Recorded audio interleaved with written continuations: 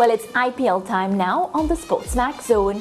Kolkata Knight Riders with West Indians Sunil Narine and Andrew Russell battled with Punjab Kings in match 53 earlier on Monday at Eden Gardens. The Knight Riders started the match in 8th position, looking to replace the Kings in 7th on the table with a win. After winning the toss and batting, Punjab Kings posted 179 for 7 of 20 overs. Skipper Shikhar Dhawan top scored with 57, while Jitesh Sharma and Masood Shahrukh both contributed 21. Varun Chakravarti was the best Knight Riders bowler, taking 3 for 26. Kolkata Knight Riders were steady in their chase, led by 51 from captain Nitish Rana. Andrew Russell, who has struggled with the bat all tournament, reminded the cricket world of how destructive he can be. The Jamaican's knock of 42 off 23 balls earned him player of the match as the Knight Riders ended on 182 for 5 to win by 5 wickets. Well, this is how the table shapes up heading into match 54. So we have the Gujarat Titans. They've been at the top of the table for some time on 16 points. Chennai Super Kings in second on 13 points. Lucknow Super Giants in third. And Rajasthan Royals, they have a total of 10 points. They round out the top 4. Notice Kolkata Knight Riders and RCB along with Punjab Kings and Mumbai Indians. They also have 10 points. And then we continue at the bottom of the table. Sunrisers Hyderabad on 8. Delhi Capitals on 8 points. Well, our cricket commentator and analyst Nikhil Uttamchandani joins us via Zoom. Good afternoon, Nikhil, and what a day it was for the IPL with Andrew Russell, giving us a taste of what we know he can do. Yeah, Mariah, another extremely tight finish. I think when you look at the way the IPL has gone this season, just looking at the points table there, you see how close things are. With 5 teams on 10 points, I think it sets up for a grand finish, in the next 2 weeks. And Dre Ross, we've sat on this show and of course we've discussed, the struggles and whatnot.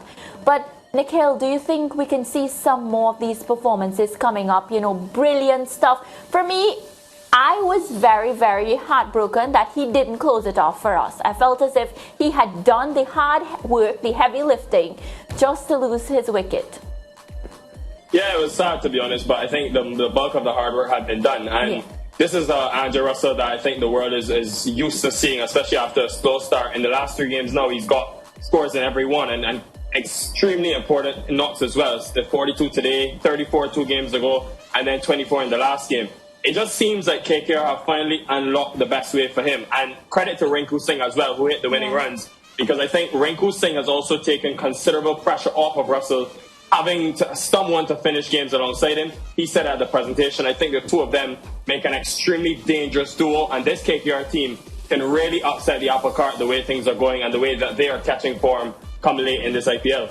Yeah, I have to agree with you there, Nikhil, because Rinku Singh, 25 years of age, coming into the match at that point, a lot of pressure on him, but handling it. And it's not the first time he had done it. I think it's the second time. So now he's like the hero of KKR. And I was listening to the commentator, talk about him.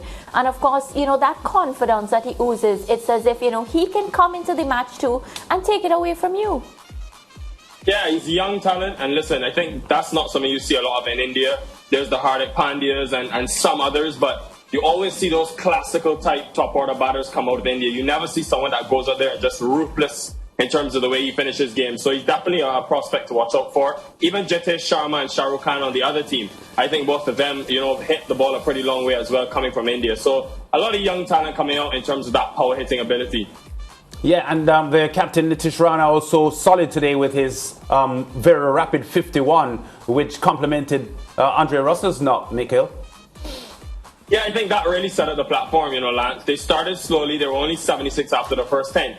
But Rana being at the crease allowed them to go at over 10 and over for the last 8 overs. And on a pitch like that, where it was sluggish, tough to score on, that 50, I think, was invaluable. And really, I think because they know they have Rinku Singh and Andrew Russell at the back end, they can sort of take things a bit easier in the first 10 overs, knowing that they can get a consistent big finish from either one of those two. And today it was both. Yeah, you referenced the points table just now. That was just KKR's fifth win so far, but it has lifted them a bit in the points table, which we continue to point out is so tight. The Titans up front at the moment with a 3-point lead, but between second and eighth in the table at the moment, only 3 points separating those teams. Yeah, definitely. And tomorrow's game between Bangalore and Mumbai could be almost a decider for either of those teams. But this is really what you want in terms of your league cricket, because I could only say probably Gujarat are the only team to really separate themselves. Each team has been a bit inconsistent with performances. And today, a game where I thought Punjab were in serious control. They had done extremely well in the first 10 overs. Just seemed to lack that killer instinct and that lethal ability. Didn't close out the game. We saw 2 nights ago the Rajasthan Royals, who a couple of weeks ago were tournament favourites. All of a sudden, they could be in trouble in terms of even qualifying for the playoffs. So that's what I think you really want in terms of from a tournament. And yeah, it's shaping up really nicely, man. Yeah, and Shikhar Dhawan in the post-match interview talking about them missing, I want to say his exact words, we need a good off-spinner, we lack there. What do you make of that, and where are they getting it from? Yeah, that's tough, to be honest, because when you look on their bench, other than Kayis or Rabada, I don't see any, stars in terms of that can come in and really help them with the ball. But I felt really Dhawan could have gone back to Harpreet Bar, 1 over today, 1 wicket and just 4 runs. I know the fact that they have left-arm batters in the KKR side, that's probably what stopped him. But look, I think if you're a good bowler and you're worth your salt, I think it's worth giving that bowler, especially when I look at Russell's record against spin. He's averaging 14 compared to 30 against spin versus pace, and strike rate of 170 compared to 120. So I might have been inclined to go to the slower bowler on a pitch where it supported that slow bowling, just to test Russell, and you never know, you could have got the wicket and probably sealed the game.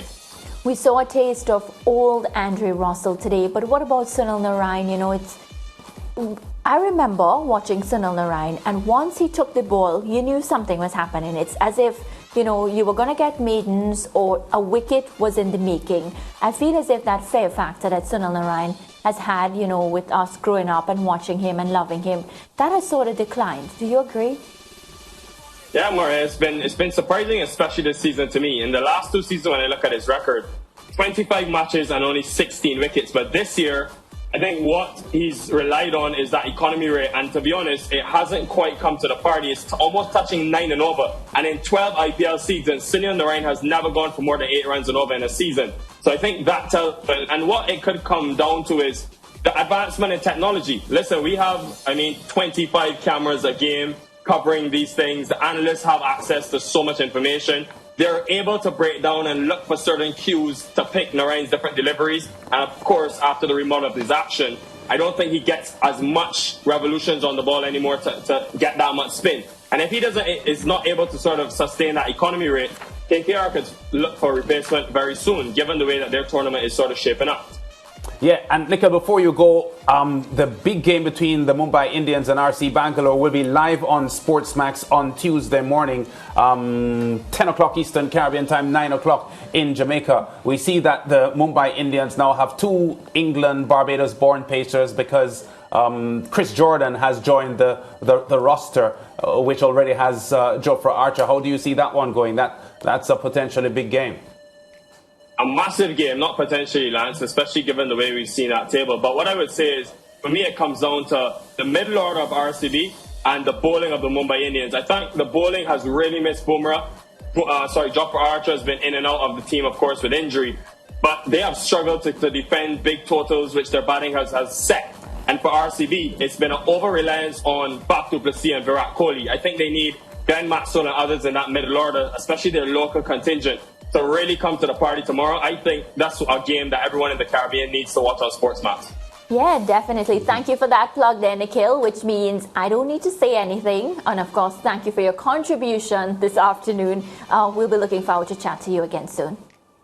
Thank you, Maria. Cheers. All right, Nikhil Uttamchandandi there, our cricket analyst, cricket commentator, and of course, helping me give that plug. You have to tune in tomorrow. It's break time.